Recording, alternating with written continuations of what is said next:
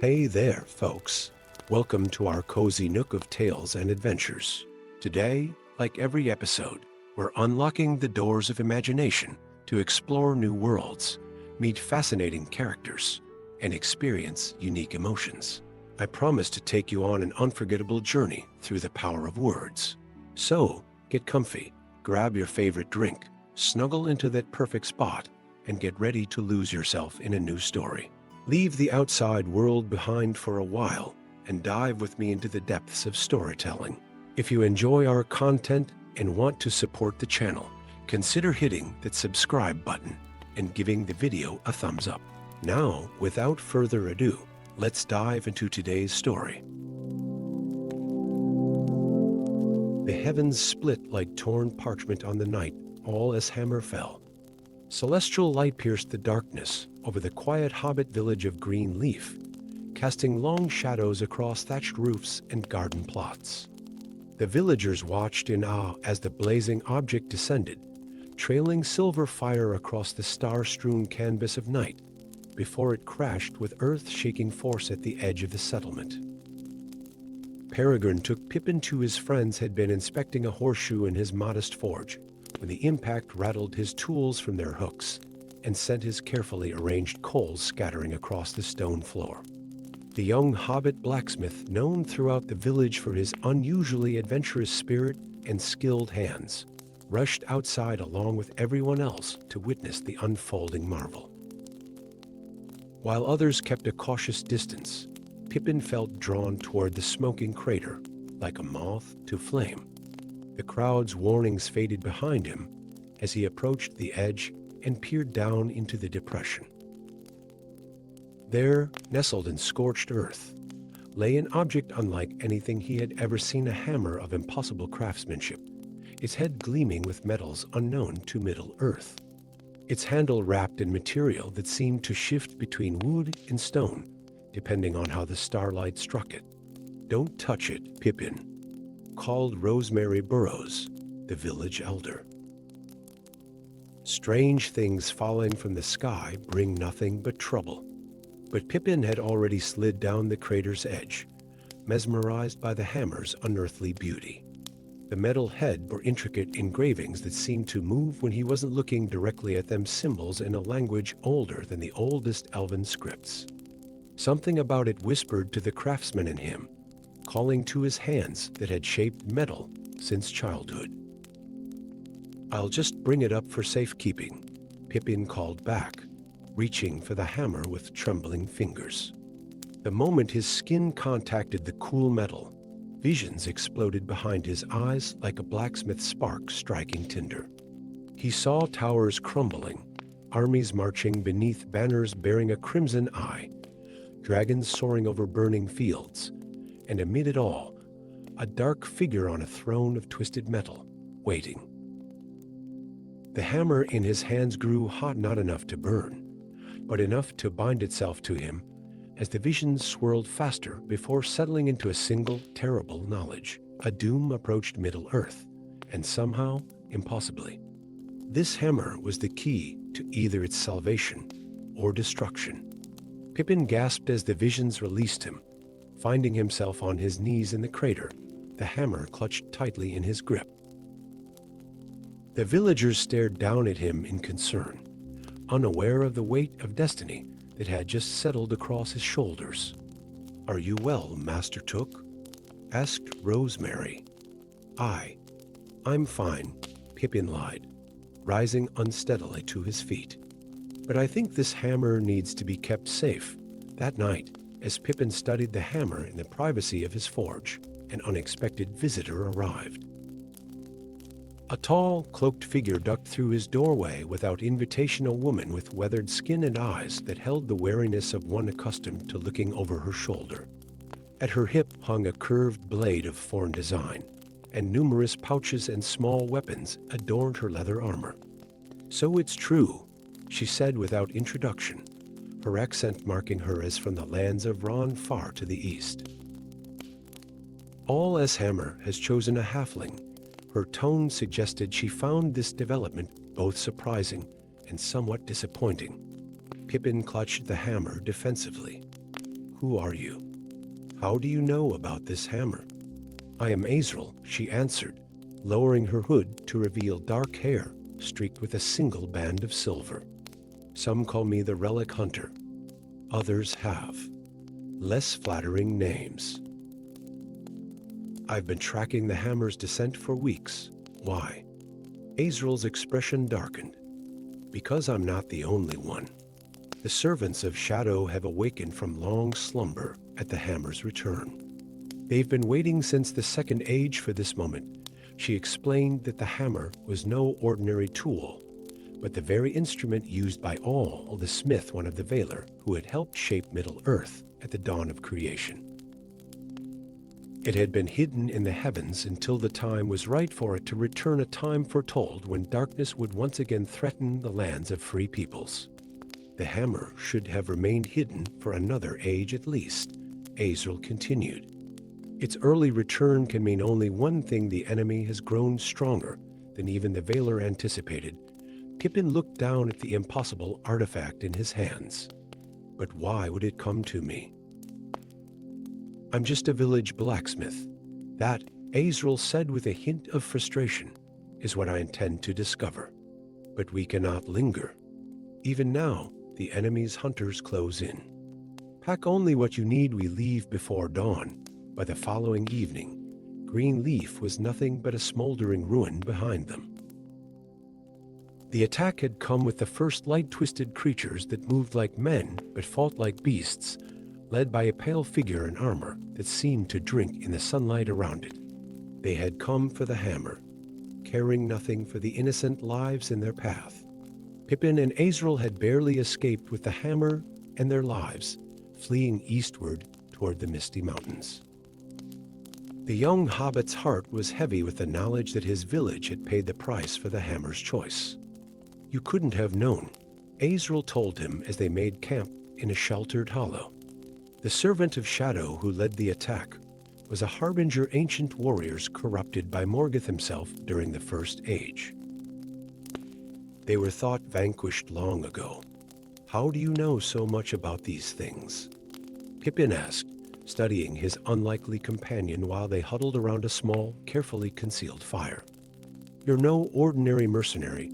Azrael's hand moved unconsciously to a pendant at her throat, a small metal disc bearing a symbol similar to one of the engravings on the hammer. I was raised among the secret guardians of Eastern lore, she admitted reluctantly. Those who keep the old histories that the West has forgotten. We've waited for the hammer's return for generations, prepared to guide its chosen wielder. She hesitated before adding, or to recover it should it fall into unworthy hands. The implication hung in the air between them. And Pippin tightened his grip on the hammer, resting across his knees. You were sent to take it from whoever found it. That was my mission, she acknowledged. But prophecies are seldom straightforward. The hammer chooses its wielder, not the other way around. The fact that it bonded to you complicates matters. Over the following days, as they journeyed through increasingly wild country, Pippin discovered that the hammer was changing him. His dreams were filled with ancient forges and metalworking techniques never known to hobbits. His hands, already skilled, now seemed to understand metal on an almost mystical level.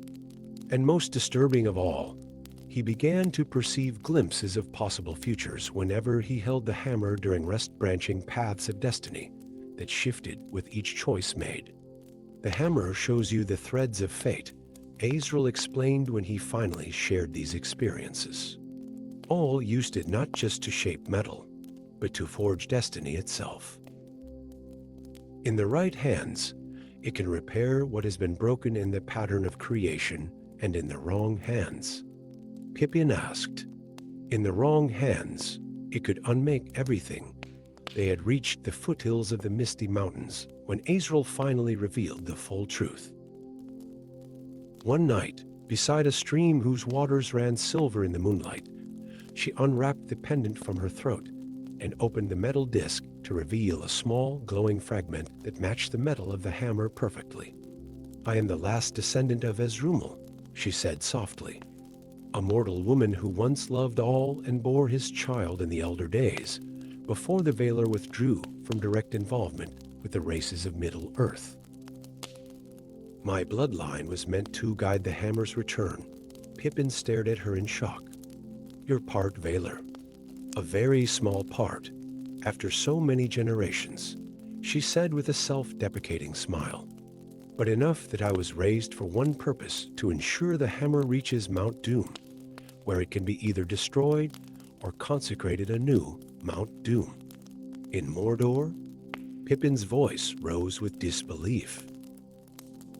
The same mountain where Sauron forged the One Ring?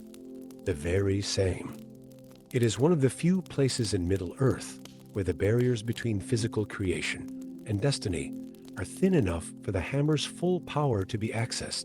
The revelation should have been the moment of greatest trust between them. Instead, it became the prelude to betrayal.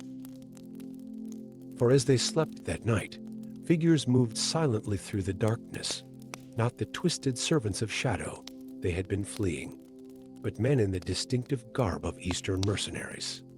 Pippin awoke to find Azrael standing over him, her blade drawn but pointed not at attackers, but at him.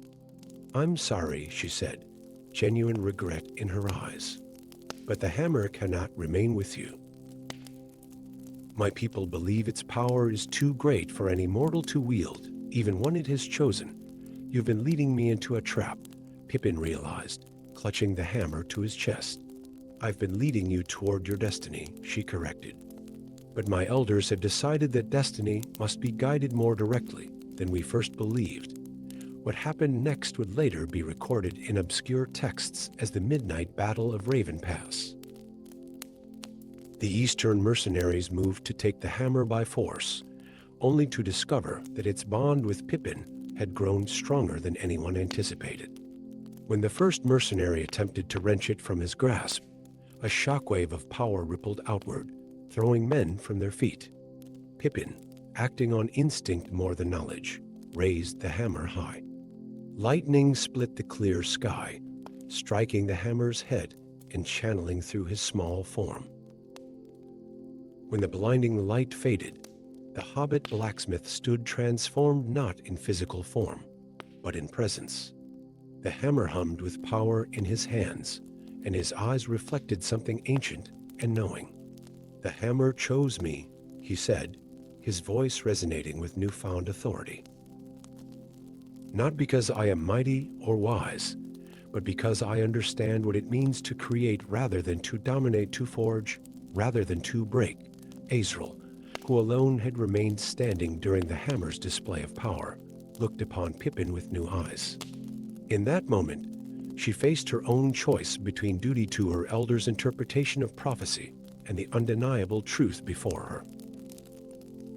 The prophecy speaks of the hammer returning to its rightful wielder, she said slowly. We assumed that meant one of all as bloodline. But perhaps it meant someone with all as spirit. Pippin finished. Someone who sees metal not as a means to power, but as a way to build and protect. By dawn, they had formed a new pact, no longer captor and captive, but true allies. The Eastern mercenaries, witnessing the hammer's choice, pledged themselves to protecting Pippin on the journey that still lay ahead. For the path to Mount Doom remained long and fraught with peril, and the servants of Shadow would not relent in their pursuit.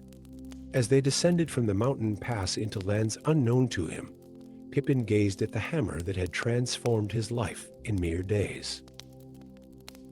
He was no longer simply Peregrin Took, Hobbit blacksmith of Greenleaf Village. He had become the unlikeliest of heroes, a small being carrying a power meant to shape the very destiny of Middle-earth. The hammer pulsed warmly in his grasp, as if approving his thoughts, and Pippin felt the weight of its purpose settle more comfortably across his shoulders. Ahead, the eastern sky brightened with the promise of a new day, and with it, the continuation of a journey that would test not just his courage, but his understanding of what it truly meant to forge a destiny worth claiming. The hammer didn't fall to me by chance, he said quietly to Azrael, who walked beside him. It fell to remind us all that even the smallest hands can reshape the world, if their purpose is creation rather than destruction. Azrael nodded, her expression thoughtful as she gazed toward the long road ahead. Then let us see what destiny you'll forge, Hammer Bearer. For good or ill, the world will be remade by your hand. Story 2. The night sky above the Shire shattered into brilliant streams of gold and crimson as the falling star descended. It was no ordinary celestial event. The very air seemed to hum with ancient power as the star fragmented into 7 blazing shards that scattered across the vast expanse of Middle-earth. One of these fragments, trailing a tail of ethereal fire, plummeted toward the peaceful hills of Hobbiton, where most slept, unaware of the destiny hurtling toward them. Samwise Flameheart, known simply as Sam to his friends, had been unable to sleep that night. The heaviness of summer had settled over his garden, and he worried for his prize-winning tomatoes.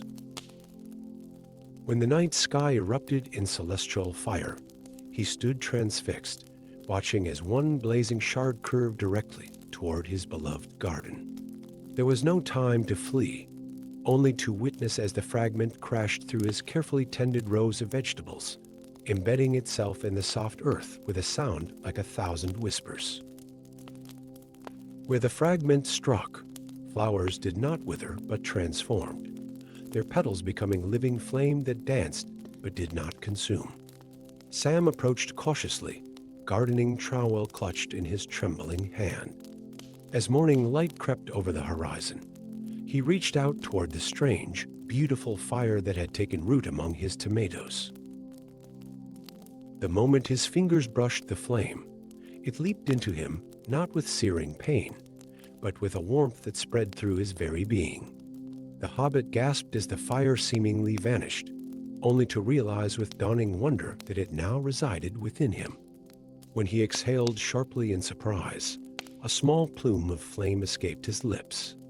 "Bless me," Sam whispered, staring at his hands, which now held a gentle golden glow beneath the skin.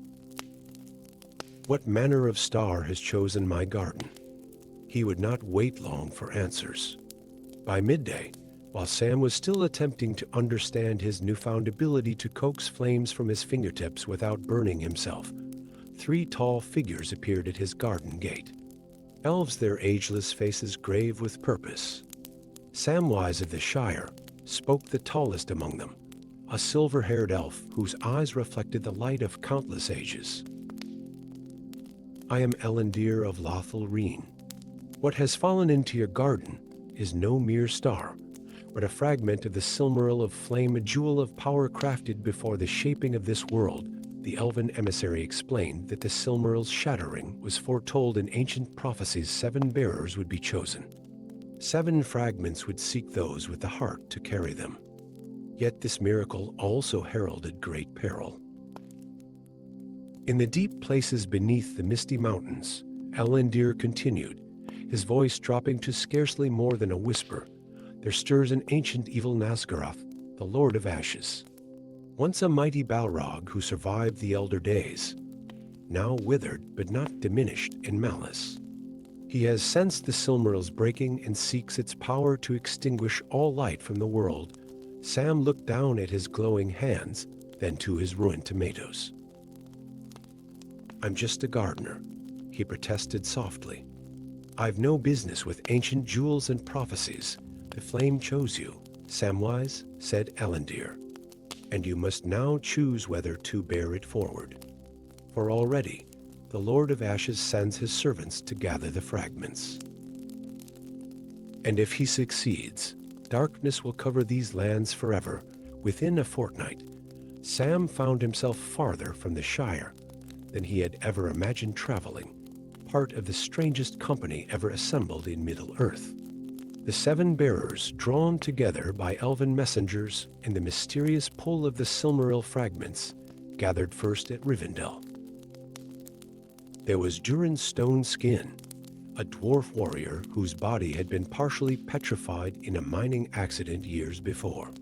The Silmaril fragment had struck him in the chest, cracking his stone exterior and granting him the ability to move freely in moonlight, though he returned to stone with the rising sun.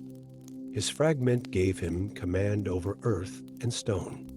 Elenial Stargazer joined them next, an elven seer who had been blinded in her youth. The Silmaril fragment had come to her in a dream, and when she woke, her sightless eyes could perceive the world through flame, seeing heat and life force where ordinary vision had once been. Her fragment granted insight into past and future through fire. Most surprising was Grumble, a mountain troll who had been struck by a fragment while sleeping in the sun. Instead of turning to stone as trolls normally would, the Silmaril's magic had transformed him, granting him intelligence and speech. Now perpetually burning from within, the flames caused him no pain and could not be extinguished. His massive strength made him a fearsome ally. Sir Eldric of Gondor had no memory of his life before the fragment struck him. He had been found wandering the plains of Rohan, his armor fused with his skin in places, wielding a sword that ignited at his command. The fragment had claimed a portion of his past, but granted him unmatched skill in battle. Whisperbark the Ent moved more swiftly than any of his kind, consumed by harmless blue flames that danced among his branches. He spoke little but watched constantly, his ancient eyes now pools of gentle fire. The fragment had awakened in him memories of the world's creation. And finally, there was Gollum, or Zimmegal, as he now called himself, forever changed by his long possession of the One Ring. After its destruction, he had been found barely alive at the foot of Mount Doom. The Silmaril fragment had struck him as he lay recovering in an elven sanctuary, burning away the last vestiges of the ring's corruption. Though still twitchy and prone to speaking to himself, he now possessed an uncanny ability to sense the fragments of the Silmaril across vast distances, making him an invaluable guide. Together, they formed the Fellowship of the Flame, each bearing a shard of the ancient jewel within them. Sam, to his own surprise, was named their leader for his fragment burned brightest of all, and his humble heart was deemed purest by the Elven Council. Their journey took them across the breadth of Middle-earth, seeking the final fragment which had fallen somewhere in the desolate plains of Mordor. Along the way, they battled shadow wraith servants of the Lord of Ashes who could extinguish light with a touch of their ghastly hands. Twice, they narrowly escaped Nazgûrth himself, a towering figure of smoke and ember whose presence caused the sky to darken and fires to sputter and die. At the ruins of Osgiliath, they discovered that the Silmaril fragments were slowly changing them. Durin's petrification was receding with each passing day. Elenial could now conjure visions of possible futures in dancing flames. Grumble found himself capable of human speech and complex thought. Sir Eldric began to remember fragments of his past: a wife, children, a home in the White City. Whisperbark could communicate with plants across vast distances. Zimmegal's fractured mind continued to heal. And Sam, Simple Sam, who had only wished to tend his garden, now commanded fire with the precision of a master artist, shaping it into shields, bridges, and weapons as needed. Yet with each use of their powers, the companions felt the fragments burning deeper into their essence, becoming inseparable from who they were. In the abandoned libraries of Minas Tirith, they discovered ancient scrolls that revealed the truth of the prophecy. The Silmaril had not broken by chance, but by design. The jewel, containing the essence of the primordial fire of creation, had grown too powerful for any one being to hold. Its shattering and distribution among representatives of Middle-earth's peoples was meant to establish a new balance of power-fire, no longer concentrated in a single vessel, but shared among all races. We aren't meant to reunite the fragments, Sam realized as he studied the faded text. We're meant to become the new keepers, but the Lord of Ashes believed otherwise. He pursued them relentlessly, determined to claim all 7 fragments and extinguish them, plunging the world into eternal darkness, where his shadow kind would reign supreme. The final confrontation came not in Mordor as they had expected, but at the ancient forges of Eregion, where the rings of power had once been crafted. There, the 7th fragment had fallen into the cooling basin of the greatest forge, creating a perpetual column of sacred flame that reached toward the heavens. As the Fellowship approached the forge, Nazgûrth's full might fell upon them. The sky blackened as if night had fallen at noon. The earth trembled, and the Lord of Ashes rose before them, a colossus of darkness with eyes like dying stars. "The flame is mine to extinguish," his voice rumbled like distant thunder. As it always has been since the world's first kindling, the battle that followed would be sung of for ages to come. Durin, now free of his stone prison, raised walls of earth to shield his companions.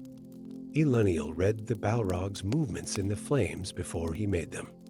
Grumble's mighty fists struck blows that would have felled lesser foes. Sir Aldrich's flaming sword carved paths through shadow wraiths. Whisperbark called upon the ancient roots beneath the forge to entangle their enemies. Zim-Egil darted through the chaos with unexpected courage, leading the 7th fragment's flame to join with the others. And at the center of it all was Sam, small in stature, but mighty in heart, wielding fire as naturally as he once tended seedlings. When Nazgûrth's darkness threatened to swallow his friends, Sam called upon the full power of his fragment, becoming a beacon that pushed back the shadows. "You cannot extinguish what burns in all of us now," Sam cried out, his voice carrying a power that belied his size. The flame is no longer one light to be snuffed out, but many lights kindled across the world. As if in answer to his words, the 7 fragments resonated within their bearers, connecting them through bonds of shared fire. Understanding dawned in Sam's eyes as he felt the true purpose of their quest.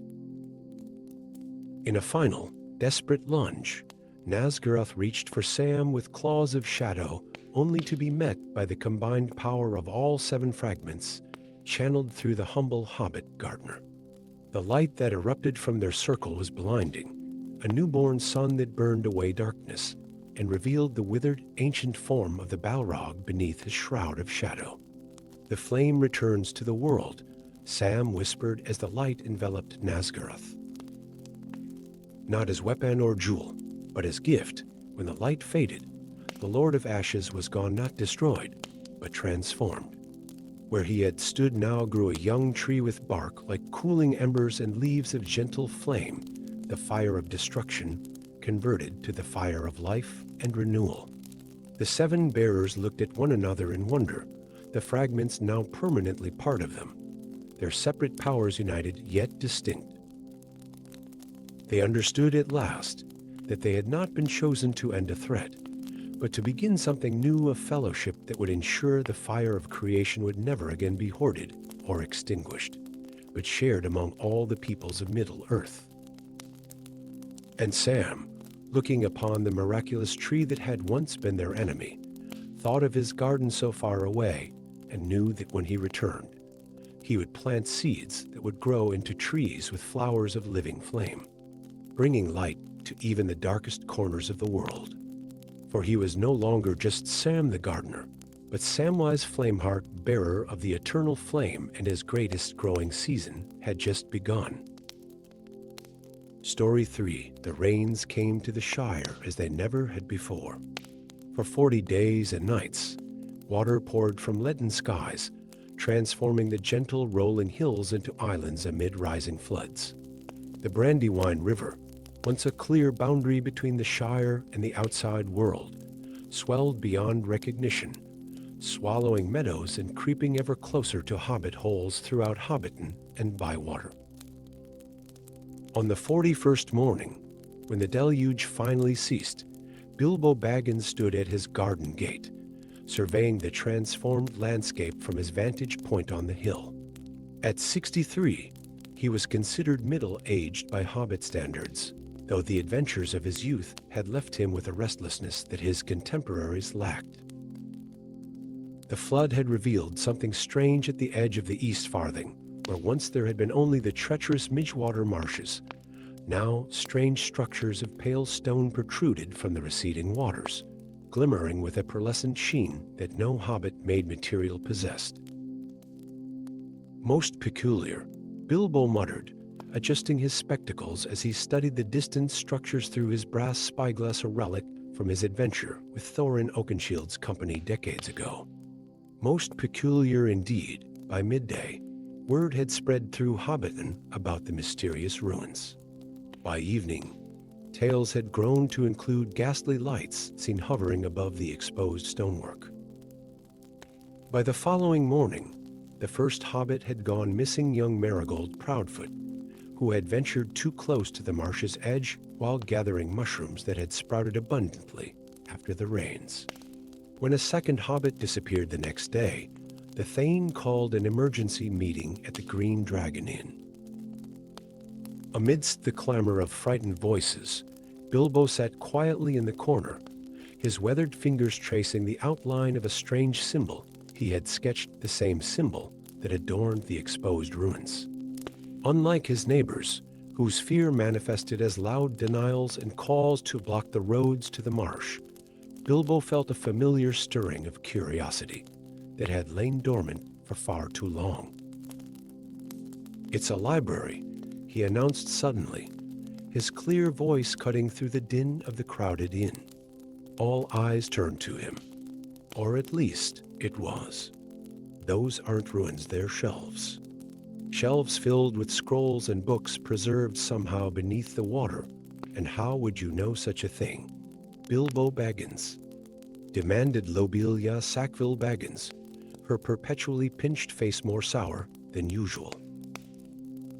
Bilbo produced from his pocket a small object that gleamed with the same pearlescent quality as the exposed ruins, a slender rod of the strange material, inscribed with the same symbols he had been sketching. "Because I went to see for myself this morning," he replied calmly, "and I found this marking rod, used for writing. The symbols are an ancient language older than even the elves. I suspect a hush fell over the gathering." Bilbo cleared his throat and continued, "The library is rising. Each hour, more of it emerges from the marsh. And I believe something is emerging with it, something that has taken our missing neighbors." 3 days later, Bilbo stood at the edge of what was now clearly an immense structure rising from the diminishing waters. The marsh had receded further, revealing what appeared to be a domed building of impossible proportions, adorned with twisted spires and archways that somehow remained intact, despite centuries, perhaps millennia underwater. "You shouldn't be here alone, Master Baggins," came a voice that sent a chill down Bilbo's spine. He turned to find a figure unlike any he had encountered before. Humanoid in general shape, but with skin that shimmered with scales and hues of blue and green. Webbed fingers ended in sharp, translucent claws, and gill-like structures pulls gently at the creature's neck. Its eyes, large, lidless, and entirely black, regarded him with an intelligence that belied its alien appearance. "You speak Western," Bilbo managed, fighting the urge to flee. "I speak many tongues," the creature replied, its voice carrying a liquid quality, as if speaking through water despite the dry air around them. "My name is Sereth, last scholar of Aquilus. And you are a halfling who reads the old glyphs." This last observation was made with unmistakable surprise. "Only a few words," Bilbo admitted, clutching his walking stick tightly. "Enough to recognize a library when I see one. Are you responsible for the missing hobbits?"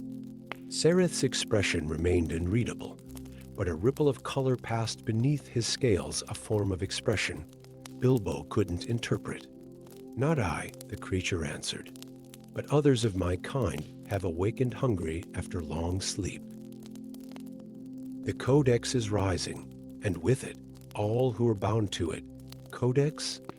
The Codex Aquaticus, the greatest repository of knowledge in the elder days, when my people ruled these lands, before they were marshes, before your kind came to till the earth. Sereth gestured toward the emerging structure. For 10,000 years, it has slumbered beneath the waters, its magic preserving our greatest works. And now it rises, as was foretold when the celestial alignment awakens the deep magic once more. Bilbo felt a scholar's excitement cut through his fear. A library from before the First Age? The knowledge within would be priceless. Indeed, said Sereth, a hint of wistfulness in his voice. But my people do not rise to share knowledge, Master Halfling. They rise to reclaim what was taken from them. Over the next week, Bilbo found himself in the unprecedented position of serving as intermediary between the hobbits of the Shire and the aquatic beings that Sereth called the Nyada. With each passing day, more of the ancient library emerged from the waters, a structure larger than Hobbiton itself. Its architecture defying conventional understanding, with corridors that seemed to bend in impossible directions, and chambers filled with preserved texts written in the strange glyphs that Bilbo struggled to decipher with Sereth's reluctant assistance. The missing hobbits had been taken, not as prey as many feared, but as subjects of curious study. The Nyada, having slept for millennia, were bewildered by the small, furry-footed creatures that now populated their former domain.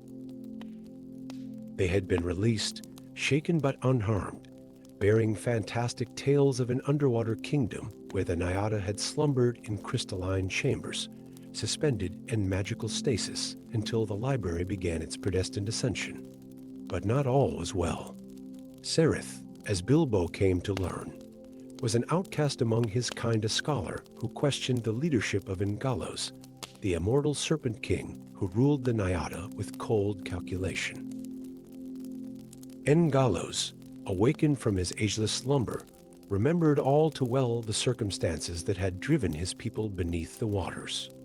It was no curse that banished us, Sereth confided to Bilbo as they pored over ancient texts in a chamber filled with suspended globes of water, within which aquatic plants and tiny luminescent creatures provided gentle illumination. It was a pact, a desperate measure to contain what we had awakened. Bilbo looked up from the scroll he had been attempting to translate. Awakened? What do you mean? Sereth's colors darkened, a sign of distress. Bilbo had learned. In our pride, we delved too deeply into water magic. We tapped the primordial currents that flow beneath the world, seeking to harness their power. Instead, we released something ancient, a consciousness that had been imprisoned within the currents since the shaping of Arda. The amphibian scholar touched a series of glyphs on the wall, causing the chamber to darken as a map formed in glowing blue lines above them, a map showing not just Middle-earth, but vast networks of underwater rivers and reservoirs spreading beneath the continent like veins. We called it the Leviathan, a being of water and will, formless yet all-consuming. It began to absorb all water into itself, threatening to merge with every river, lake, and ocean, until all would be part of its consciousness. The elves did not curse us, Master Baggins. They helped us imprison the Leviathan in a ritual that required our city to sink, our people to enter enchanted sleep, binding the entity within our collective dreams. Bilbo's eyes widened with sudden understanding. And now that you've awakened, the binding weakens, Sereth confirmed grimly. The Leviathan stirs. And Engalos, in his bitterness, believes we should release it fully, let it consume the waters of Middle-earth, as vengeance against those who now dwell in our former lands. The confrontation came at the full moon, when the codex had risen completely from the marsh, standing in impossible grandeur against the night sky. Engalos, his serpentine body stretching nearly 30 feet from head to tail, emerged from the central spire, flanked by Nyada warriors bearing weapons of crystal and pearl. Bilbo stood his ground at the library's entrance, accompanied by Sereth and, to his surprise, a delegation of elves from Rivendell who had arrived with urgent haste after their seers had sensed the ancient awakening. Among them was Galadriel, Lady of Elrine, whose eyes held the wisdom of countless centuries. The halfling speaks true, Galadriel addressed in Gallows, her voice carrying power beneath its melodic tones. I bear witness to the pact made by my kin in ages past. The library was not sunk as punishment, but as salvation for all who dwell in Middle-earth. In Gallows hissed, water spraying from specialized ducts along his jaw. Our salvation was imprisonment, while others walked freely beneath the sun. No more. The Leviathan will rise, and all waters will answer to the Nyada once more. You doom yourselves along with everyone else, Bilbo interjected, his hobbit sensibility cutting through the grandiose confrontation. I've read the accounts in your own library. The Leviathan cannot be controlled. It will absorb your people as readily as it will drown the rest of us. The Serpent King towered over Bilbo, fangs gleaming in the moonlight. You dare interpret our texts, halfling. What could you possibly understand of our suffering? Enough to know that suffering doesn't justify causing more of it, Bilbo answered, standing straighter despite his fear. And enough to know that your own scholars recorded the ritual that can renew the binding without requiring your people's imprisonment. This was the gambit Bilbo and Sereth had discovered in the most ancient section of the library texts that predated even in Gallos's reign, describing an alternative ritual that could bind the Leviathan while allowing the Nyada to return to the world above. For a moment, the tableau held tension crackling between the ancient king and the unlikely alliance opposing him. Then, without warning, the ground beneath them trembled. Water began to seep from the stones of the library itself, pooling around their feet with unnatural purpose, droplets rising against gravity to form tendrils in the air. It comes, Sereth cried. The Leviathan senses our conflict and breaks its bonds. What followed was chaos as water erupted from every pool and puddle, forming into semi-solid tentacles that grasped at anything living. The Nyada warriors found themselves unable to control the element that had always obeyed their magic, while the elves raised defenses of light against the encroaching liquid menace. At the center of the maelstrom, Bilbo clutched a small object retrieved from the deepest vault of the library, a crystal orb that Sereth had identified as the Heart of Waters, used in their original binding ritual. Within it swirled a perfect miniature whirlpool that never ceased its motion. The ritual, he shouted over the roaring water. We must perform it now. Galadriel reached him first, her power creating a momentary bubble of calm around them. Sereth joined them, his hands moving in complex patterns as he recited words in the ancient tongue of his people. More surprisingly, Gallos himself slithered into their circle, his earlier hostility replaced by grim determination, as he witnessed the true threat his vengeance had unleashed. The binding requires representatives of all free peoples, Sereth explained urgently. Elf, Nyada, and. There has never been a halfling before, but perhaps that's exactly what was missing before, Bilbo finished.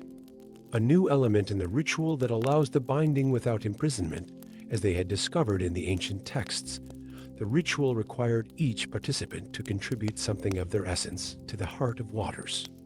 Galadriel offered a strand of her hair, imbued with the light of Valinor. And Gallos surrendered a scale from his crown, representing his people's sovereignty. Sereth contributed a vial of the sacred ink, with which the Nyada recorded their knowledge. And Bilbo, after a moment's thought, removed from his pocket the golden ring he had found in the goblin tunnels long ago, a trinket he had curiously begun to think of as precious, though he knew not why. Something told him its power, whatever it might be, would strengthen the binding. As the ritual reached its crescendo, the waters around them coalesced into a vaguely humanoid shape of impossible proportions, the face of the Leviathan, a being of ancient malevolence awakened from its slumber. It reached for the heart of waters with tendrils of liquid that froze and shattered against the combined will of those performing the ritual. With a final word of power spoken in unison, the artifacts they had contributed dissolved into the crystal orb. The Leviathan shrieked a sound of water under immense pressure as it was drawn inexorably into the heart, compressed into the eternal whirlpool within. When dawn broke, the library stood transformed. No longer emerging from murky waters, it had become a shimmering edifice of knowledge at the edge of the Shire, a neutral ground where, under the terms of a new pact, the Nyada would share their ancient wisdom with other races while maintaining stewardship over the marshlands that had been their dominion. Bilbo, standing once more at his garden gate and looking out toward the glittering spires on the horizon, felt the familiar weight of his ring in his pocket and smiled. Adventure, it seemed, could find even the most settled of hobbits, especially those foolish enough to understand ancient languages that should perhaps have remained forgotten. Behind him, Baggins waited with its comfortable armchairs and well-stocked pantry. Before him, the codex of ancient waters beckoned with countless untranslated scrolls. And somewhere in between, Bilbo Baggins found himself exactly where he was meant to be. Story 4. The first whispers came with the autumn mist, barely audible beneath the rustling of fallen leaves. By winter, they had grown bolder, weaving through the bare branches at the edge of the Shire, like ghostly fingers plucking at an invisible harp. When spring arrived, Hobbit children began disappearing from their beds, leaving behind only the lingering scent of moss and ancient bark. By summer, the whispering forest had claimed 3 villages, swallowing wooden fences and round doors beneath a tide of emerald leaves that advanced with each passing night. Elanor Gamgi stood at the edge of what had once been Thistlebrook, her grandmother's village. Now only the weather vane of the old mill protruded above a sea of ferns and wildflowers that had no business blooming so vigorously this early in the season. The air here felt different, heavier with secrets and strange perfumes that made her herbs pouch seem mundane by comparison. They say you can hear them calling, whispered Tansy Proudfoot, who had accompanied her despite the general fear that had gripped the remaining Hobbit settlements. The lost ones. They say they sound happy. Elanor said nothing, her fingers instinctively reaching for the leather-bound journal tucked in her pocket. As the Shire's most skilled herborist, she had spent years documenting the language of plants, how certain mushrooms only bloomed when rain was coming, how particular flowers turned their faces not toward the sun, toward underground streams. Plants spoke, if one knew how to listen. But never before had they spoken with such purpose, with such hunger. Go back to Hobbiton, Elanor finally said, her eyes fixed on the twisted oak that stood sentinel at what had once been Thistlebrook's gate. Tell the Thane I've gone to seek answers. Gone? Gone where? Tansy's voice pitched higher with alarm. Elanor simply pointed toward the dark line of the old forest beyond the consumed village. There's someone who might understand what's happening. An elf who taught my great-grandfather about the deepest magics of growing things. No one returns from the old forest these days. Then I shall have to be the first. Elanor squared her shoulders, the sunlight catching the unusual silver green of her eyes that had marked her as different since birth, eyes that seemed to reflect the colors of whatever plants surrounded her. Without waiting for further protest, Elanor stepped across the invisible boundary. Immediately, the whispers intensified, not threatening as she had expected, but welcoming, curious, almost childlike in their enthusiasm. The undergrowth seemed to part before her, offering a path where none had existed moments before. 3 steps in, she felt the watching. 5 steps, she heard her name carried on the breeze, though no one had spoken it. By the seventh step, she knew with certainty that the forest was not only alive but awake in ways no hobbit had witnessed before. "I seek Galadriel of the Silver Leaves," she called out, using the formal address her great-grandfather had recorded in his own journal. "I come with respect and in need of counsel." The forest fell silent, as if holding its breath. Then, like ripples spreading across a pond, the trees began to shift. Branches bent toward her, leaves turning to reveal their pallor undersides like hundreds of hands raised in greeting. The path before her widened and straightened, leading deeper into shadow. "Follow," the forest seemed to say without words. "He waits." 3 days later, Elanor stood in a clearing unlike any she had imagined possible within the borders of Middle-earth. Ancient trees formed a perfect circle round a pool of water, so clear it might have been liquid crystal. At the far edge rose a structure that defied simple description, part living tree, part architectural marvel. Its walls formed of intertwining branches that flowered with blossoms of impossible blue. Before it stood a figure who, at first glance, might have been mistaken for an elf. Tall and graceful, with hair the color of moonlight on water. But as he turned toward her, Elanor gasped. Where elvish features should have been perfect and unmarred, this being's face bore the texture of bark, with eyes like amber sap and lips the deep red of rowan berries. "The forest remembers the Gamgi line," he said, his voice like wind through ancient hollows. Though many generations have passed since Samwise tended these borders, Elanor dropped into a curtsy, suddenly aware of the mud on her traveling cloak and the tangles in her hair. "Lord Galadriel, I presume. I've come about the Whispering Forest." A smile cracked across his wooden features. "There is no Whispering Forest, little herborist. There is only the one forest, awakening at last from its long slumber." He gestured for her to approach, indicating that she should look into the pool's still surface. As she did, images formed in the water, not reflections, but visions of the past. She saw elves dancing among trees younger than those surrounding her now. She saw battles and treaties, the rise and fall of kingdoms.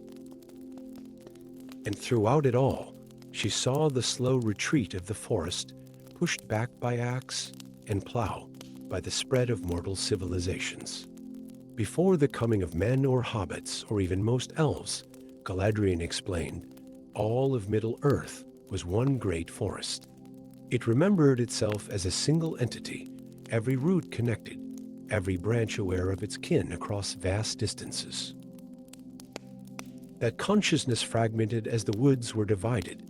As too many of its eldest sentinels were felled, Elanor watched the visions shift to more recent times to a pale figure performing a ritual at the heart of what she recognized as the old forest. The figure seemed neither man nor elf, but something in between, his body partially merged with the massive oak around which he worked. "Aldorn," Galadriel said, his voice tinged with sadness. "Once my apprentice, once a great healer of blighted woodlands." He believed the forest's fragmented consciousness could be restored through the ancient magics, but the ritual was meant for elven casters. His mortal blood could not channel such power without cost. The vision in the pool showed the ritual's completion, a blinding flash of green-gold light, and then Aldorn collapsing, his form seeming to melt into the great oak. From that moment, tendrils of awareness spread outward through the root systems, jumping from tree to tree, a wave of awakening that had finally reached the Shire's borders. "The forest consumes your villages not out of malice," Galadriel continued, "but out of longing to be whole again. It remembers when those hills were clothed in oak and ash." And Aldorn, trapped between mortal and tree, directs its hunger without fully understanding what he does. Elanor tore her gaze from the pool. The whispers? The missing children? Aldorn was always fond of children. I suspect he calls to them as he once called to the woodland creatures offering wonders and secrets. Galadriel's ember eyes fixed on her. They are alive, herborist. But they are changing, as all things must when embraced by old magic. Elanor felt the weight of every missing child on her shoulders. How do we stop this? How do we save them and our homes? Stop? Galadriel's bark-like brow furrowed. Perhaps the question is not how to stop the forest's awakening, but how to guide it. The hunger can be sated without consuming all in its path. But to do so requires someone who speaks both the language of trees and the language of mortal hearts. He reached out, touching a wooden finger to Eleanor's forehead. Someone like you, who carries the old gift of green speaking in her blood. Visions flashed through Eleanor's mind, generations of Gamgis tending gardens, coaxing life from soil, whispering secrets to seedlings under moonlight. She saw her own mother, who had passed too early, singing to the apple trees to ensure a bountiful harvest. And she saw something else, a glimmer of power that had lain dormant in her lineage, waiting for the moment when it would be most needed. I'm just a herborist, she protested weakly. You are far more, Galadriel countered, but you will not stand alone. I cannot directly oppose Aldorn, our magics are too closely entwined, and I have sworn oaths that prevent interference. But I can guide you to the heart of his power, and provide you with this from within his tree-like form. Galadriel extracted a small object that glowed with inner light, a seed unlike any Elanor had ever seen, pulsing with gold and silver energies that made her fingertips tingle when he placed it in her palm. The seed of reconciliation, nurtured by Yavanna herself in the earliest days. It contains the perfect memory of harmony between growing things and those who would live alongside them. Plant it at the heart of Aldern's oak, and it will remind both him and the awakened forest of the balance that must exist. Elanor closed her fingers around the seed, feeling its power resonating with something inside her. And the children? The villages? That depends on you, Green Speaker. The forest will listen if you prove worthy of its respect. But beware, Aldern's consciousness is fragmented, trapped between mortality and ancient wood. Part of him may welcome healing, but another part fears it, believing his mission too important to abandon. The journey to the heart of Aldern's power took 7 days, through forests that grew progressively more strange and wondrous. Elanor traveled with 2 unexpected companions, Galadriel's exiled son, who called himself simply Pine, and one of the missing hobbit children who had been found wandering at the forest's edge, partially transformed with bark-like patches on her skin and leaves growing from her curly hair. Little Lily Brandybuck remembered nothing of her captivity, except for beautiful dreams and a kind voice, teaching her the names of trees in a language older than words. She hummed constantly, melodies that made flowers bloom out of season when she passed. Father believes Aldorn can be saved, Pine said on their final night, as they camped beneath the canopy of trees so ancient they had no names in any mortal tongue. The elf was more conventionally elven than his father, though his hair grew leaves instead of losing its color with age, and his eyes shone with inner chlorophyll. I believe he must be stopped, whatever the cost. There's been enough stopping, Elanor replied, watching Lily dance with fireflies that responded to her wordless songs. Enough fighting against nature, instead of working with it. That's what the seed represents, not conquest, but conversation. The next day, they reached the heart of Aldern's domain, a massive clearing dominated by an oak of impossible proportions.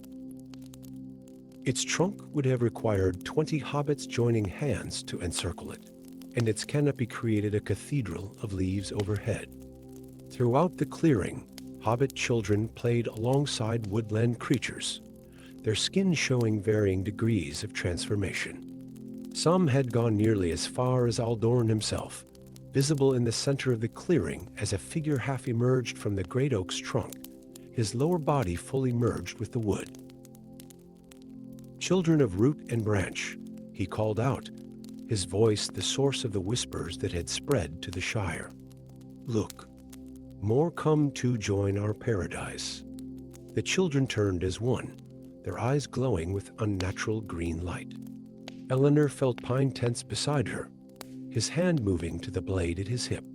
"Wait," she whispered. "Let me try." Stepping forward, Elanor raised her hands in greeting. "Aldorn, once apprentice to Galadriel, once healer of blighted woods. I am Elanor Gamgi, Green Speaker of the Shire. I come to understand, not to fight."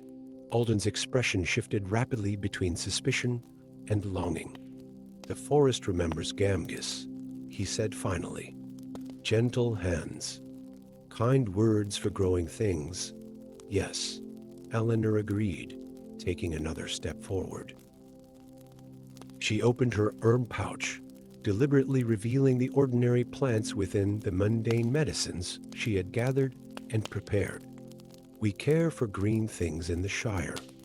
We celebrate them, but we cannot become them, Aldorn. These children belong with their families, families who cut and burn and clear." Aldern's voice rose, the branches overhead shaking with his emotion. "The forest was one once. It will be one again. And what will you sacrifice to make it so?" Elanor asked quietly. "Will you sacrifice the very balance that all growing things require? Will you become what you once fought against, a force that takes without consent, that imposes its will upon others?" Doubt flickered across Alden's wooden features. Elanor took advantage of the moment to move closer, until she stood directly before him. From her pocket, she withdrew the seed of reconciliation, holding it up so that its light played across the clearing. "There is another way," she said. "A way of remembering wholeness without destroying difference." The seed contains that memory. Aldrin's eyes fixed on the glowing seed with naked longing. "Yavanna's gift. I had thought it lost forever. It was waiting," Elanor answered. "As the forest was waiting. As I perhaps was waiting. Will you accept it?" For a moment that stretched like years, Aldorn stood frozen between desire and fear. Then slowly, he extended a hand formed of twisted branches and bark. "Plant it," he whispered. "Plant it, and let us remember together." Elanor knelt at the base of the great oak, her fingers working instinctively to create a small hollow in the rich soil. As she placed the seed within and covered it, she began to sing not an elvish song or even a hobbit lullaby, but something older that seemed to rise from the earth itself, through her body and out through her voice. The seed's light did not diminish when covered. Instead, it spread through the soil in intricate patterns, racing along root systems visible beneath the suddenly transparent ground. Where the light touched, it transformed not by destroying, but by harmonizing. The wild, hungry growth became measured and purposeful. The whispering clarified into music. Aldorn gasped as the light reached the great oak, flowing up through its roots and into his partially merged form.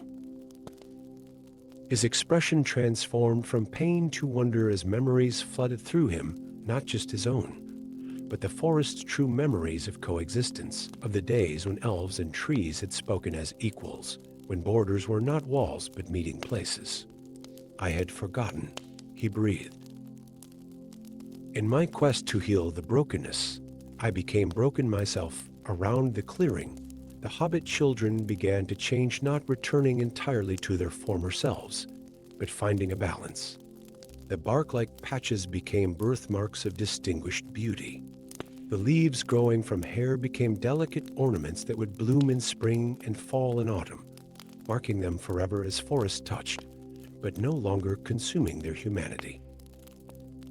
The forest will no longer devour your villages," Aldorn promised, his voice gentler now. "It will grow alongside them, as it once did in the elder days. The whispering will continue, but as communication rather than compulsion. Elanor felt something unlock within her as he spoke the full flowering of the green-speaking gift that had always been her birthright. She could hear the forest now, not as indistinct whispers, but as clear voices discussing the weather, the passing of seasons, the small dramas of squirrel and fox. There must be tenders, Aldorn continued. Those who walk the boundaries between forest and field, who remind both sides of the ancient compact. Will you be the first of the new green speakers? Elanor Gamgi. Looking from Aldorn to Pine, whose suspicion had melted into cautious hope, to little Lily, whose transformation had stabilized into something beautifully between, Elanor knew her answer. The Shire would not lose its rolling hills and tidy gardens, but neither would it remain separate from the greater harmony of Middle-earth's growing realm. I will, she said, and I will teach others. The whispering forest will be remembered not as a time of fear, but as the beginning of a new conversation, one that has been too long delayed. Above them, the great oak's branches swayed in a wind that touched nothing else, as if in applause. And somewhere, in gardens and woods across Middle-earth, plants turned their faces toward the Shire, listening for the new voices that would soon speak to them again, after so very long a silence. Story 5. Moonlight spilled across the Valley of the Hobbits like liquid silver, transforming the patchwork of farms and meadows into an ethereal landscape. In the center of this tranquil realm stood the ancient Moonstone, a crystal of impossible perfection that had adorned the valley since before the arrival of the first Hobbit. Perched upon a pedestal of weathered marble, its surface captured starlight and scattered it in mesmerizing patterns across the ceremonial clearing. For as long as memory served, the Moonstone had blessed the valley with abundant harvests, mild winters, and waters that healed almost any ailment. Hobbits danced beneath it during equinox celebrations. Young couples pledged their troth in its glow, and elders whispered that it was a gift from the stars themselves, a tether connecting their modest realm to greater powers beyond mortal understanding. None suspected it was also the last seal containing an ancient darkness, or that its guardian bloodline still walked among them, unaware of their heritage. Frodo Lightfoot, known throughout Hobbiton for his restless spirit and unusual tendency to wander after dark, stood transfixed before the Moonstone on Midsummer's Eve. Unlike the other hobbits who had come to the clearing for festivities, he felt no inclination to dance or feast. Instead, his gaze remained locked on the stone's swirling depths, where shadows seemed to move with purpose. "Sees more than most, doesn't he?" remarked old Bramble to Mistress Meadowsweet as they passed with cups of elderberry wine. Just like his grandfather before him. "Hush now," Mistress Meadowsweet cautioned, casting a nervous glance toward Frodo. "We don't speak of old Falder's peculiarities. The boy has enough notions in his head without adding to them." But their whispers reached Frodo's keen ears, though he gave no sign of hearing. His grandfather Falder had been considered odd by Hobbit standards, prone to long absences, returning with strange objects and stranger tales. He had died when Frodo was barely in his tweens, leaving behind a modest smile filled with peculiar artifacts and a journal written in a script no Hobbit could decipher. A sudden darkening of the sky drew gasps from the gathered revelers. Above them, clouds materialized as if from nowhere, blotting out the stars and casting the clearing into shadow. The Moonstone's glow faltered, its light pulsing like a struggling heartbeat. Merely a summer squall, assured the mayor, though his voice betrayed uncertainty. Then came the sound, a rhythmic beating of mighty wings that sent ripples through the ceremonial banners. Something vast moved across the face of the obscured moon, its silhouette momentarily visible against the clouds.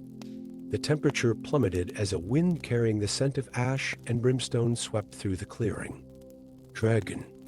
The cry rose from dozens of throats as panic erupted. Hobbits scattered in terror as an enormous form descended upon the clearing, scales the color of midnight, gleaming with malevolent intelligence, eyes like smoldering embers fixing upon the Moonstone with naked hunger. Noctis the Ancient had awakened from centuries of slumber, drawn by the call of power that had tantalized his dreams for an age. With one massive talon, the dragon shattered the pedestal and seized the Moonstone. Its light flared brilliantly in protest, then dimmed as darkness seemed to seep into its crystalline structure from the dragon's touch. Frodo alone remained in the clearing, frozen not by fear, but by a sudden, overwhelming sense of recognition. The dragon's presence awoke something within him, memories that were not his own, knowledge he had never learned. As Noctis lifted away with his prize, Frodo's hand moved unconsciously to his chest where, beneath his simple linen shirt, hung a small crystal fragment on a silver chain, his grandfather's final gift.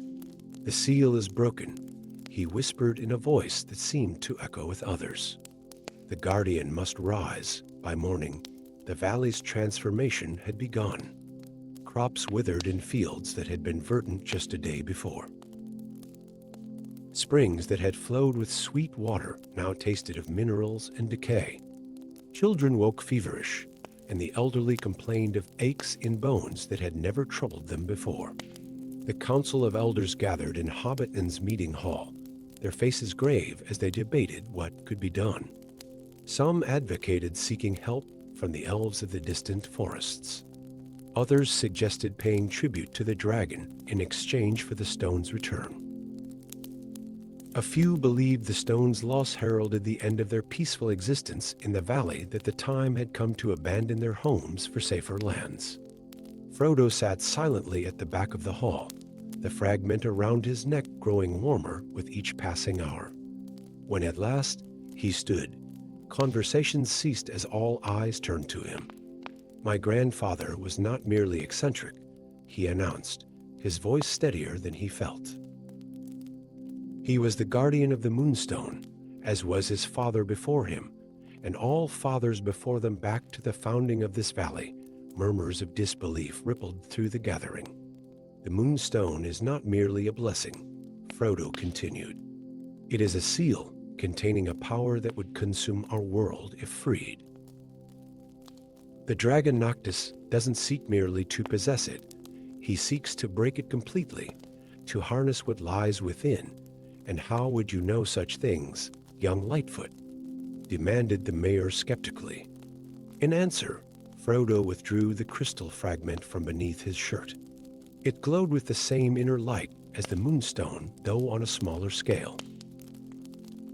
As he held it aloft, patterns of light danced across the ceiling of the meeting hall, constellations unknown to Hobbit astronomers, maps of realms beyond their knowledge.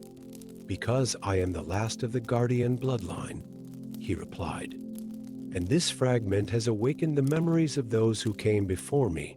3 days later, Frodo departed the valley with minimal provisions and a walking staff carved by his grandfather years before. The fragment now hung openly around his neck, serving as both compass and counsel as ancient knowledge continued to unfold within his mind. The Moonstone had been more than a blessing for the valley. It had been one of 7 seals placed by the Astari, beings of starlight who had imprisoned a primordial darkness at the dawn of time. If Noctis succeeded in destroying the stone and absorbing its power, he would become a vessel for this darkness. An army of shadows would rise at his command, and night would claim the lands of Middle-earth forever. At the edge of the valley, where the rolling hills gave way to the vast wilderness beyond, Frodo encountered the most unlikely of travel companions. A dwarf sat on a boulder, methodically sharpening an axe that appeared too heavy for hobbit hands to wield. His beard was braided with metal beads bearing runes of warding, and his travel-stained cloak spoke of long journeys through harsh lands. "Took you long enough," the dwarf remarked without looking up. The dragon passed eastward toward the withered mountains to nights past. We lose precious time with each breath. Frodo's hand moved instinctively to his fragment. Who are you to know my quest? The dwarf finally raised his gaze, eyes the color of thunderclouds, studying the hobbit with grudging respect.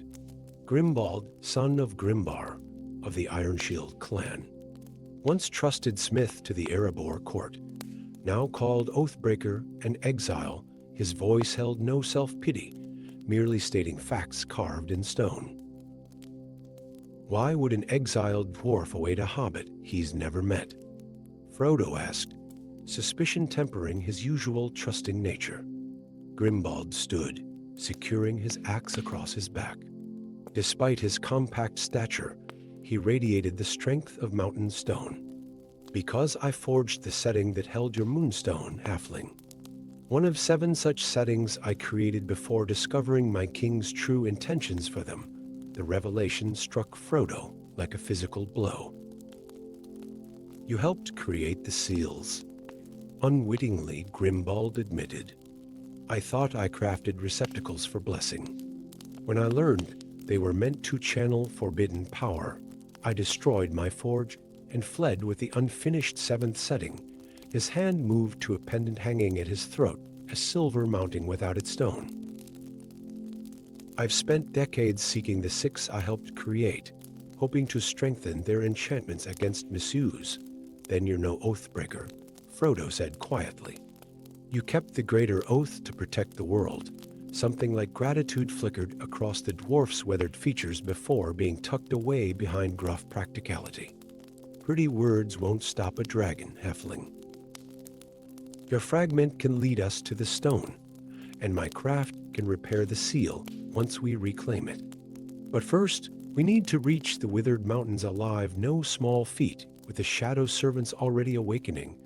As if summoned by his words, a hollow cry echoed across the hills behind them, neither beast nor bird, but something that raised the hair on Frodo's neck and sent a shiver of ancient fear through his newly awakened memories. Wraith wolves, Grimbald muttered, his hand moving to his axe. The advanced scouts of Noctis's shadow army. They hunt by sensing light, particularly the light of the stones and those connected to them. Frodo's fingers closed around his fragment, which pulsed with warmth against his palm. I cannot hide what I am becoming. No, the dwarf agreed. But we can use it. The Guardians were not chosen merely for their bloodline. Halfling. They were chosen for the light within them, a light that, properly kindled, can burn shadow like the noonday sun scorches morning mist. Their journey east took them through lands transformed by the Moonstone's absence. Forests once vibrant with life now stood silent, their leaves falling out of season. Streams ran sluggish and dark, and wildlife either fled at their approach or watched with unnaturally hungry eyes. Each night, the wraith wolves drew closer, their howls carrying the promise of oblivion. Yet with each passing day, Frodo's connection to the fragment grew stronger. Under Grimbald's reluctant tutelage, he learned to channel its light into his grandfather's staff, creating a beacon that kept the shadow creatures at bay. The dwarf proved to be a repository of lore concerning the 7 seals, though he parceled out information with characteristic caution. The Astari were neither gods nor mortals, he explained one evening as they camped beneath the boughs of a withering oak. They came from beyond the stars when the world was young, bringing light to combat the primeval darkness that had ruled since the beginning. They could not destroy this darkness, for it was woven into the fabric of creation itself, but they could bind it, using the stones, Frodo surmised. Using their own essence contained within the stones, Grimbald corrected. Each stone holds the living light of an Astari who sacrificed their corporeal form to maintain the binding. The settings I created were meant to focus that sacrifice, to give it shape and purpose, and the Guardians, my ancestors. The dwarf's expression grew somber. The Astari chose 7 bloodlines from among the newly awakened mortal races, 1 for each stone. These bloodlines carried a spark of Astari essence, allowing them to communicate with and strengthen the stones when needed. Frodo absorbed this revelation in silence, the weight of his heritage settling across his shoulders. "And now I am the last of your line, perhaps." Grimbald nodded. "But should we fail to reignite your stone, you'll be the last guardian of any line. Noctis has already destroyed 2 other seals in distant lands. Their guardians perished trying to protect them." That night, Frodo dreamed of stars speaking in voices like crystal bells, of hands composed of light bestowing gifts upon kneeling figures, of a darkness that hungered and hated and waited. He woke with tears tracking down his face and the absolute certainty that they were not alone in their quest. "Others seek the dragon," he told Grimbald as they broke camp at dawn. "I saw them in dreams sent by the fragments, servants of shadow disguised in forms of light. Hoping to claim the stone's power for themselves, the dwarfs spat into the dying embers of their fire. The servants of twilight, neither fully corrupted nor truly free. They believe they can harness the darkness rather than be consumed by it. They are more dangerous than Noctis. In some ways, a dragon's motives are straightforward.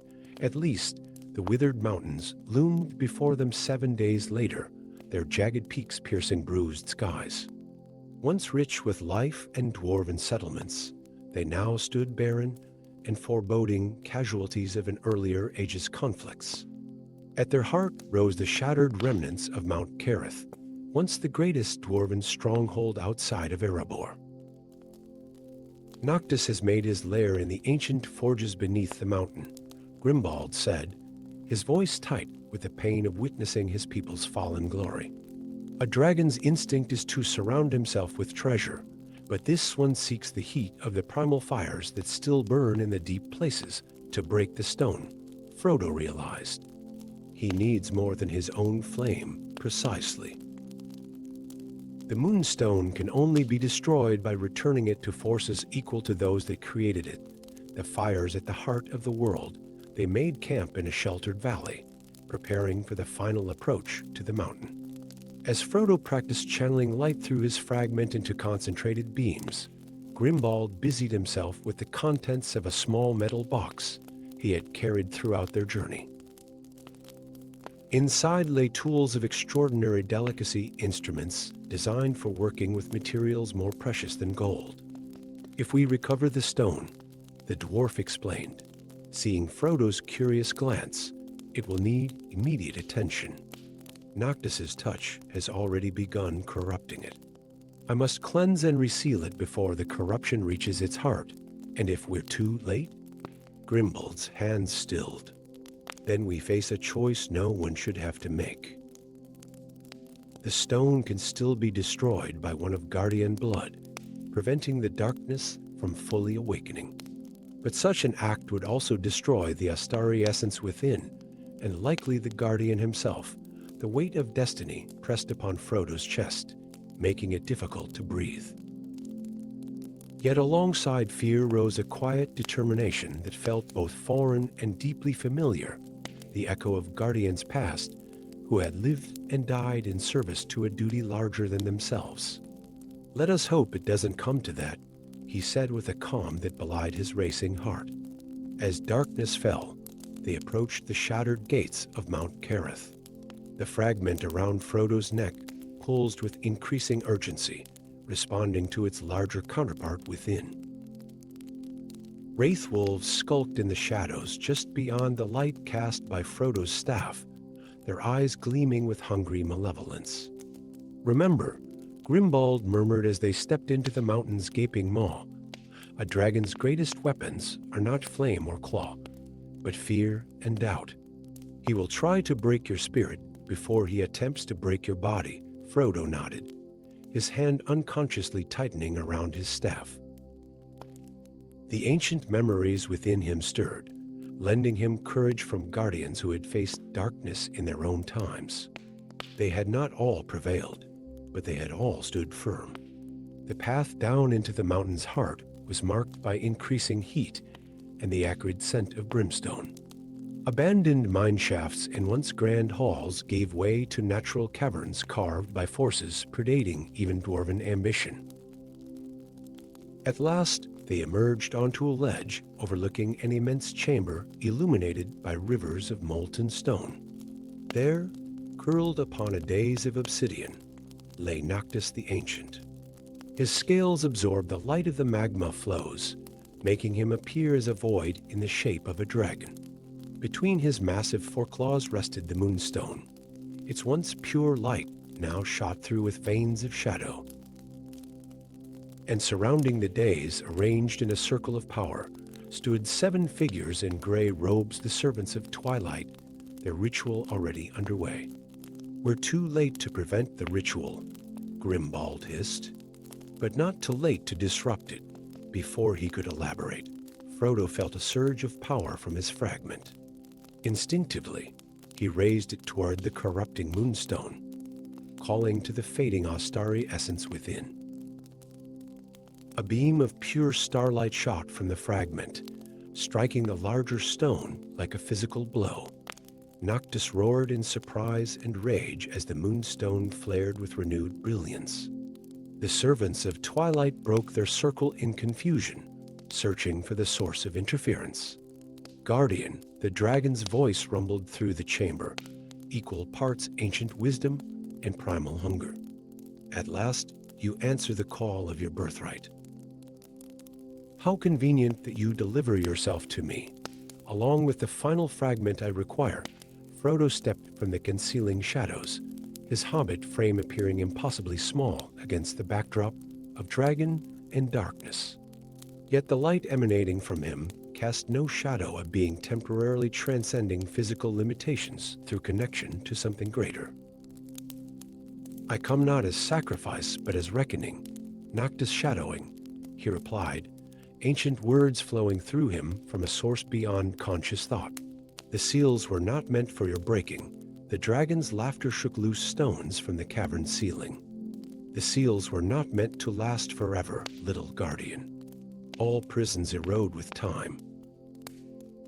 I merely hasten what was inevitable." As Noctis spoke, Grimbald slipped around the chamber's edge, making his way toward the Moonstone while the dragon's attention fixed on Frodo.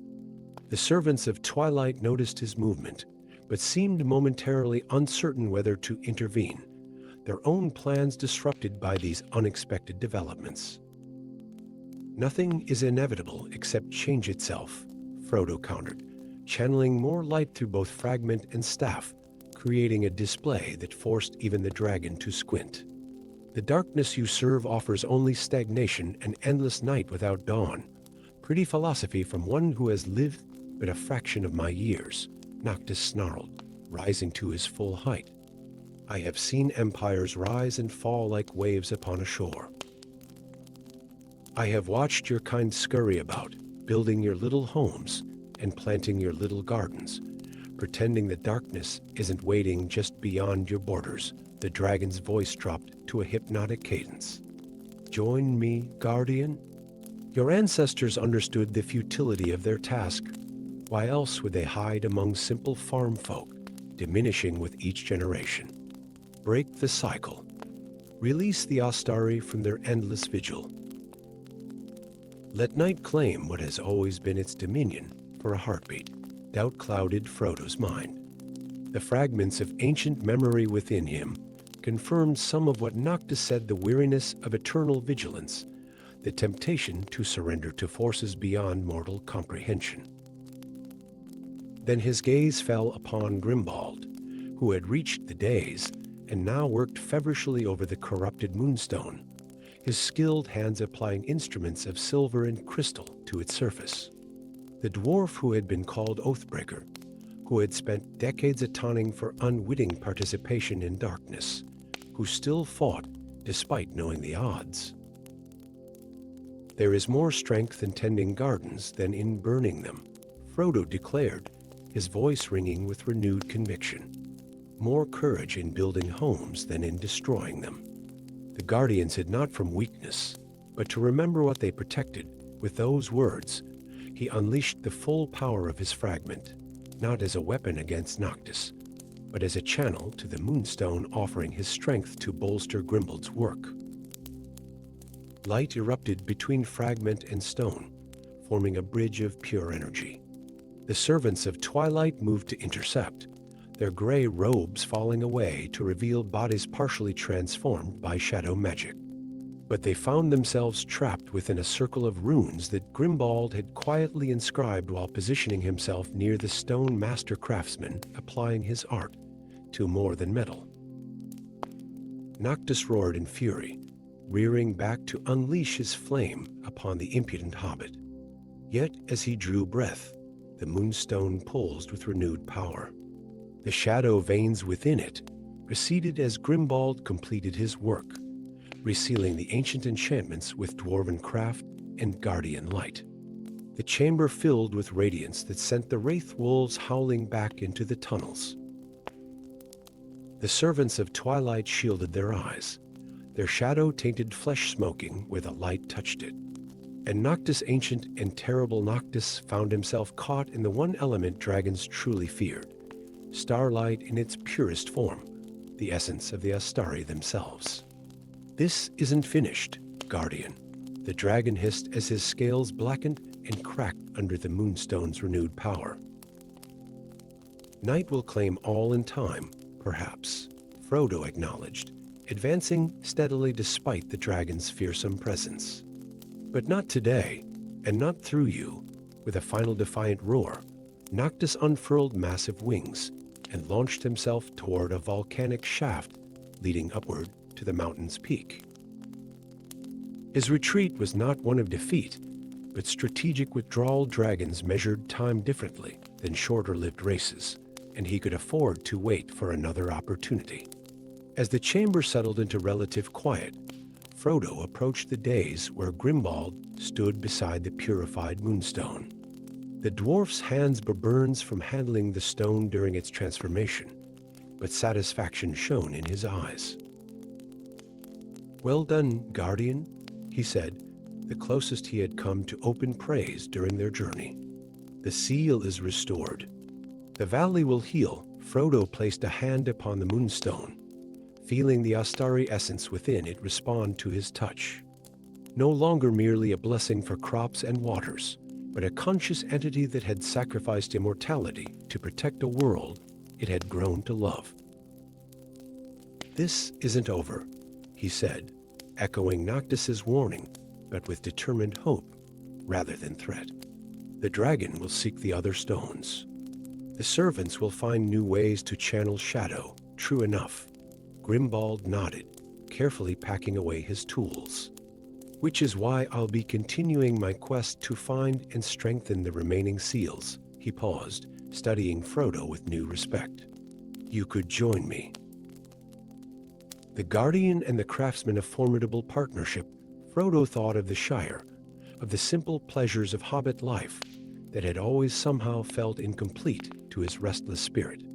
He thought of his grandfather's journal, still undeciphered, likely containing knowledge that could aid their cause. And he thought of the stars that had spoken in his dreams, offering neither command nor plea, but simple truth. Light persists only when those who bear it refuse to surrender it to darkness. "The Moonstone must return to the valley," he said at last.